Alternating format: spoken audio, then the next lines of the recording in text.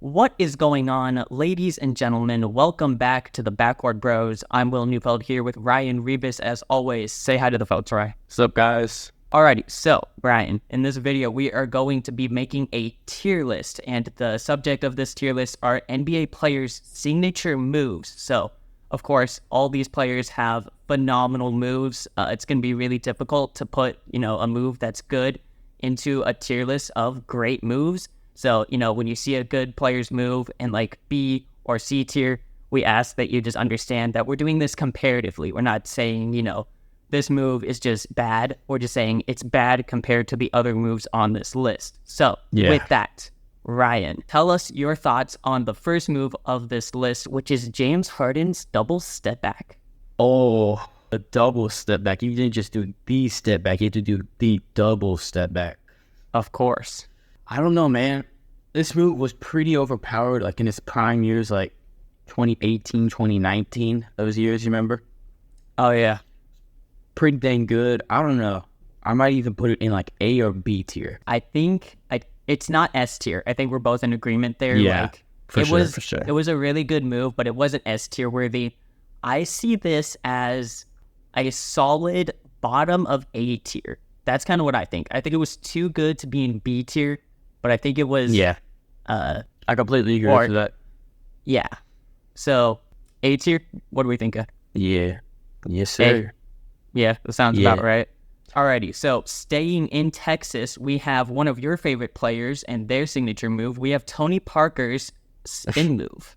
Heavily underrated because everyone thinks of other people's spin moves all the time, but like this guy perfected the spin move in my opinion. Like it goes under the radar because of his signature teardrop, but like his spin move was overpowered too. Yeah, it's all about the name. It's like you see like James Harden's double step back. Everyone knows who James Harden is. But then you think about like Tony Parker, like, a lot of Spurs fans know about him, but not a lot of other NBA fans really know about him and how good the spin move was. A or B? What do we all thinking? I'm thinking like B. I think comparatively, I think that this all in all is probably B tier. Yeah, 100%. Alrighty, now going completely outside of Texas, we have Giannis Antetokounmpo's Euro step. That's a tough one. That's really good. It's a really good move for like basketball in general, and always got him open for like the easiest layup or like a poster every time. Yeah, for sure. It was always paired with like a dunk. Like when you think of guys who mastered the Euro step, you think of like Manu Ginobili, but Manu constantly did Euros to get himself into layups. Giannis would just Euro and just jump and dunk it. It was completely overpowered. It was.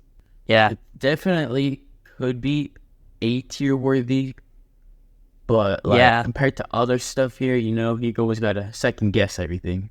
Yeah, definitely. Especially when it comes to like the player themselves and how iconic the move is. It's like, James Harden's move was pretty iconic. Giannis's move is pretty iconic, but they're not at that tier of iconic moves that we know exists out there. So I feel like it can't really reach all the way up to S tier because S tier is like an almost perfect move all the way around. So I feel A tier here. I can agree with that. Yeah, mostly just because of its dominance, right? Because he won a championship straight off of just Euroing and dunking, bro. Exactly, yeah. The next move on this list is the best move in NBA history without a doubt. LeBron James's FU3. S tier. 100%. Are we serious? There's no shot we're putting this in S tier. Yes, this is S tier. This is S tier worthy. S tier for the memes. Bro, it's just that scary, bro. It brings such a dominance on the court, bro. That's what makes LeBron the GOAT. I'm joking 100%, guys. I'm just saying. The move is goated. The player, it depends. Yeah. I mean, the thing is that I don't feel like this move is like as dominant as it is. Like he pulls this out like maybe once a game at the most. Like there's no shot we just throw this in S tier. Like it has to be S tier. It has to be. Okay, we'll put it in S tier for the memes. But being practical, right? This is like B tier. B or C, something like that. Yeah, I mean like a 3-point shot is good, but this move is just so much finesse. Like it really relies on your defender being someone who's just not paying any attention. And so You know, if you get Kawhi Leonard on you, you're not hitting the FU3 on him. Like, there's no shot. Exactly. But for the memes, we will put this in S tier. Awesome. Alrighty, so talking about iconic moves, though, the next move on this list is probably the most iconic move to a lot of NBA fans, and that is Kobe Bryant's fadeaway. Just his signature. The back to the basket, around the free throw area. Like, are we talking like just the regular one dribble turn pull up, or are we talking like the fake dribble, like the fake turn and then pull up fade away? Which one are we talking? Well, I mean, there's a lot of like different ways he could use his fadeaway. I think that's why it was super dangerous. But I think that all of the ways that he did his fadeaway go under this umbrella. So I think we're talking about all of the kinds of fadeaways he we're could talking do. all together? Yeah, pretty much all together. Wrong. It feels wrong putting this in like back-to-back S tiers, but it might just be. It might just be. No. LeBron's is an S tier for the memes. Kobe's is an S tier for everything. The dominance. It was iconic, dominant, yes. It just filled highlight reels for the past 2 decades. For real. Alrighty. So this part of the list has been completely stacked because the next move on the list here is Allen Iverson's crossover. Are we going to have 3 S tiers back to back?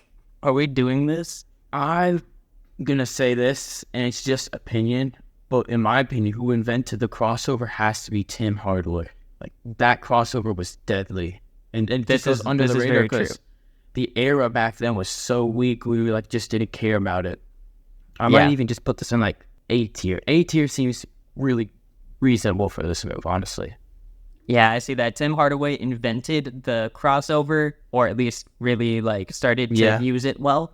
But AI perfected it. Like, you know, controversial or not, it might be a carry. It's bending the rules a little bit when you do it the way AI did it. But he'd kind of changed the way that guards can drive into the paint. Agreed. So, yeah, I definitely see this as more of an A tier, though. You know, it would be S tier if we just said crossovers in general, but just Allen Iverson's cross, I agree with you 100% A tier. Yeah. So, all roads eventually lead back to Texas. We're going to San Antonio for this next move, and that is Tim Duncan's bank shot. Bruh. You know, like right around the like block area where he would just stand there, not even jump, and just bank it, and he would get like 20 points a game off of that. I know what you're talking about. It's simple but effective, and nobody ever uses it again. Like, the only people I see using the bank shot in the NBA these days is like Anthony Edwards when he goes drives and then just shoots it off the glass and it goes in. That's all I've seen in like the past decade, bro.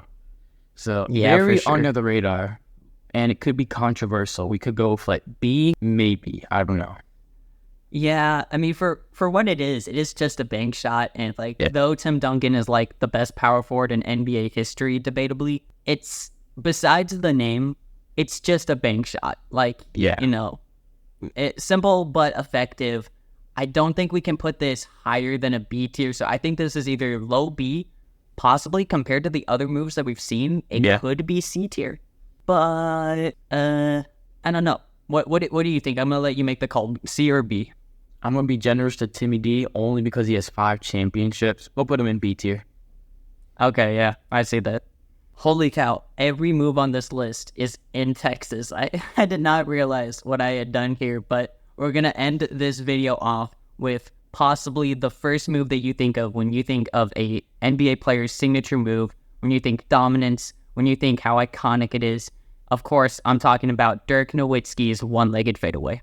S tier, 100%. Yep, I mean, what else has to be said? Yeah. It was just that one-legged shot that just couldn't miss it, bro. Even when like the defenders would swipe for the ball, he always kept it away from them and just drilled it every time. Yeah. Like, what was it? The 2011 finals, like against him, and it was the Mavs versus the Heat, wasn't it? Yeah, LeBron versus Dirk. Yeah. Yeah.